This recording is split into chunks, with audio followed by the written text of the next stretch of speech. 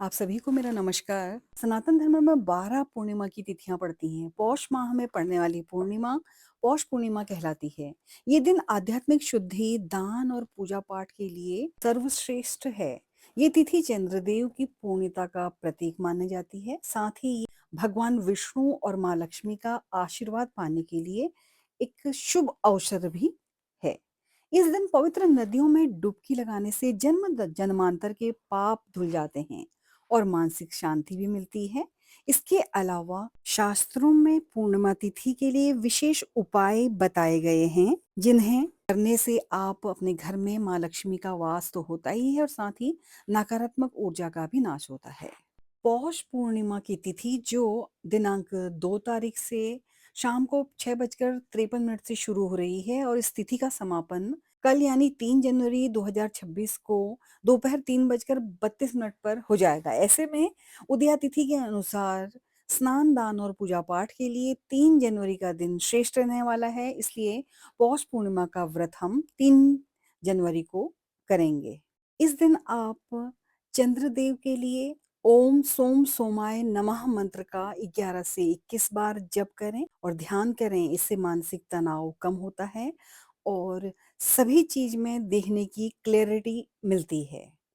यदि विवाह में देरी हो रही है तो इसके लिए आप लक्ष्मी मंत्र ओम श्रीम ह्रीम क्लीम महालक्ष्मी नमः मंत्र का जप करें। इससे विवाह और गृहस्थ सुख का मार्ग प्रशस्त होता है। पौष पूर्णिमा के दिन कुछ खास उपाय करके आप अपने जीवन को चंद्र दोष से मुक्त, दुख दरिद्रता संकटों से मुक्त जीवन को स्वस्थ शरीर युक्त बना सकते हैं।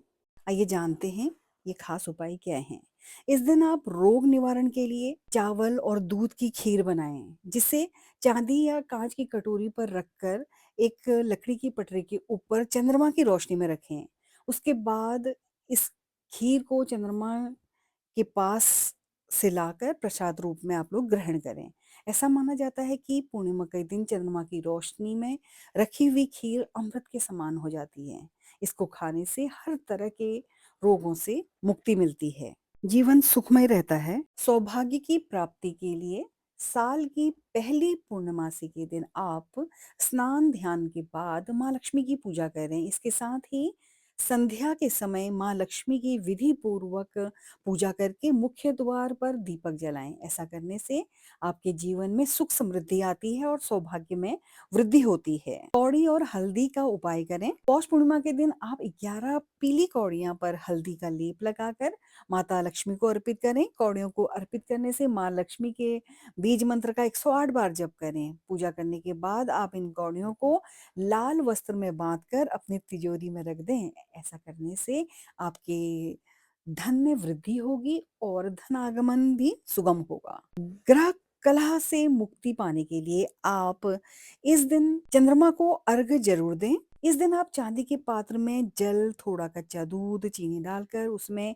सफेद फूल डालें। इसके बाद चंद्रमा को जल अर्पित करें। इस दिन चंद्रमा को जल अर्पित करने से घर में सुख शांति आती है और तनाव से भी मुक्ति मिलती है। पौष पूर्णिमा पर दान का भी विशेष महत्व है। हमारे शास्त्रों में साफ लिखा है कि पूर्णिमा पर दान देना सौभाग्य बढ़ाता है, जिससे पितृ भी तृप्त होते हैं। ऐसा माना जाता है कि इस दिन तिल, गुड़, चावल, वस्त्र या भोजन का दान करने से जीवन में स्थिरता और शांति आती। दान सिर्फ वस्तु का नहीं, भाव का भी होता है। आप चाहे थोड़ा सा भोजन किसी जरूरतमंद को खिला दें, किसी बुजुर्ग को वस्त्र दे दें, चिड़ियाओं को दाना डाल दें और गाय को रोटी या चारा दे दें।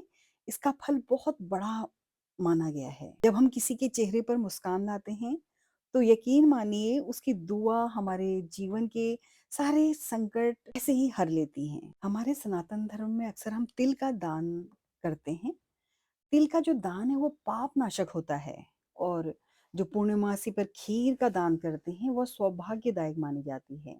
आप चाहें तो अनाज, फल, मिठाई, घी, कंबल इत्यादि भी दान कर सकते हैं। दान का एक विशेष अर्थ होता है, जिस जैसे कि अपने मिल बांट कर खाना। यही त्योहार का असली अर्थ है कि हम सिर्फ खुद के लिए ही नहीं बल्कि सभी आपस में मिलजुल कर जीवन यापन करें और एक श्रेष्ठ समाज का निर्माण करें। आप सभी को पौष पूर्णिमा की हार्दिक शुभकामनाएं। आप सभी स्वस्थ एवं सुखी रहें, खूब तरक्की करें। ऐसे ही धार्मिक जानकारी के लिए आप मेरे चैनल को सब्सक्राइब करें। चंद्रमा की रोशनी में कुछ समय ध्यान अवश्य करें, टहलें। ओम नमो भगवते वासुदेवा।